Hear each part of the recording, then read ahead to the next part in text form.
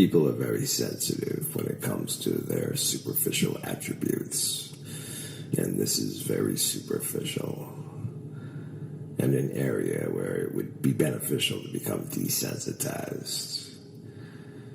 If you want to be sensitive about something, then be sensitive and more mindful of the sensitivity of sentience. It's called compassion.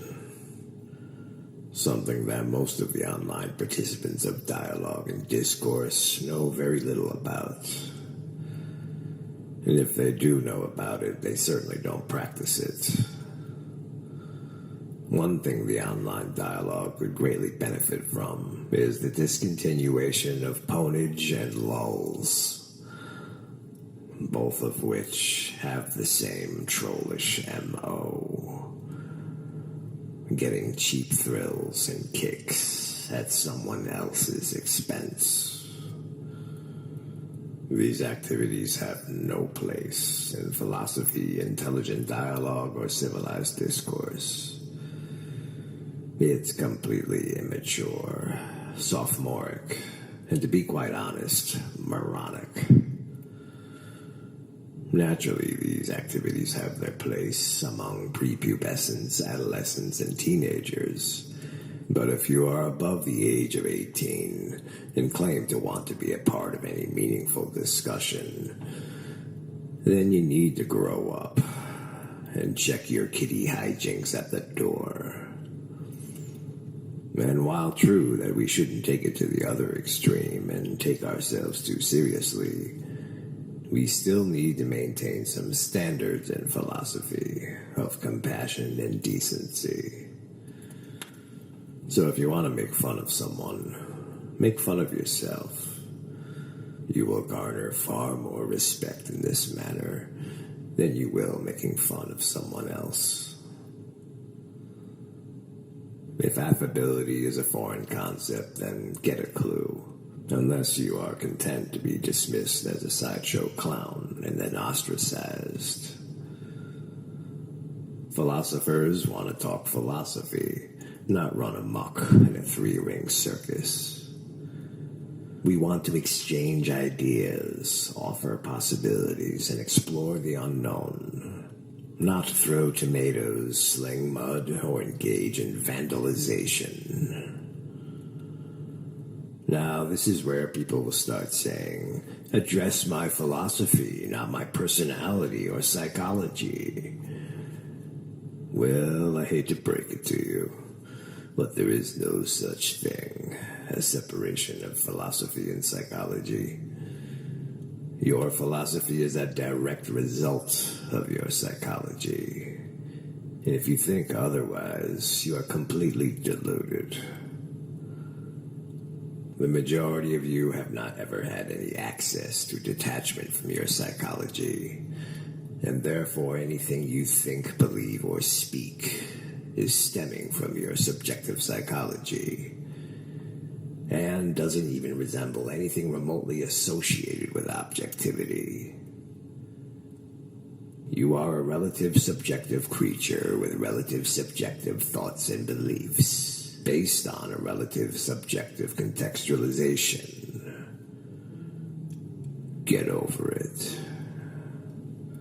Stop being a control freak, and know that in the grand scheme, you really don't know anything. And whether your psychology was formed by heredity or environment or both doesn't matter. It's all equally indicative of relativity. Now, with that being said, in philosophy, every possible measure is afforded to address only the philosophical content and overlook the psychology. But this becomes impossible when the psychological personality becomes so extreme that it overshadows the philosophy.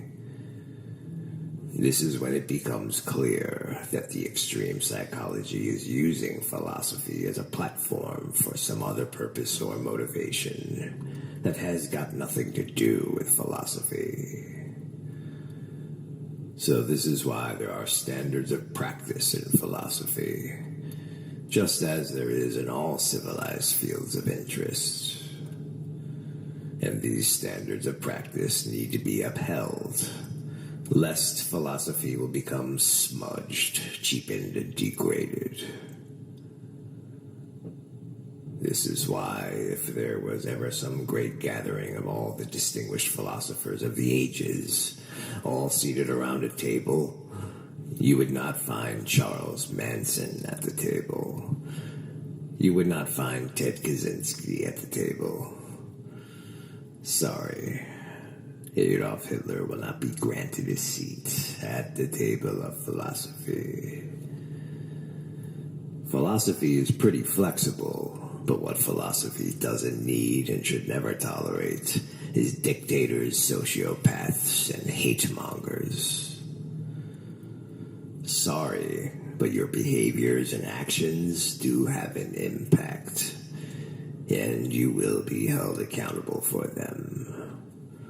If you engage in hate speech, violence, crazed ramblings, mudslinging, slander, character assassination, ponage, or lulls, don't be surprised if you are ostracized and exiled from the table of philosophy. And it doesn't matter if you have some good ideas. The people I listed as examples, despite their nefarious activities and twisted psychologies, all of them had a few good ideas and interesting insights. But unfortunately, due to their overwhelmingly intrusive and invasive natures, coupled with their overbearing psychologies, those ideas will never be considered.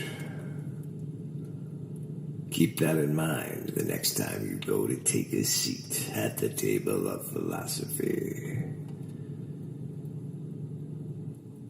Oh, and there is one other thing. Another thing philosophy can do without. These fucking stupid cartoons. These fucking stupid philosophy cartoons. These fucking stupid philosophy cartoons.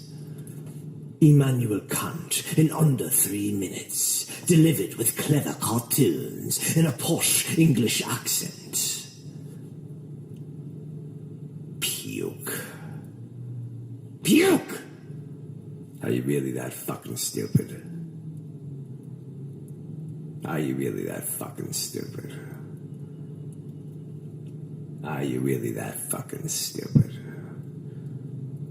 And look, they're eating it up. They're eating it up like flies on shit. Can't get enough of it. It's philosophical suppository. Just gross. Puke. Puke, puke, puke, puke, puke, puke. Vomit, puke. Oh. I almost threw up. Just puke. Just utter puke. Puke, puke, puke, puke, puke, puke, puke, puke, puke. Yes, puke.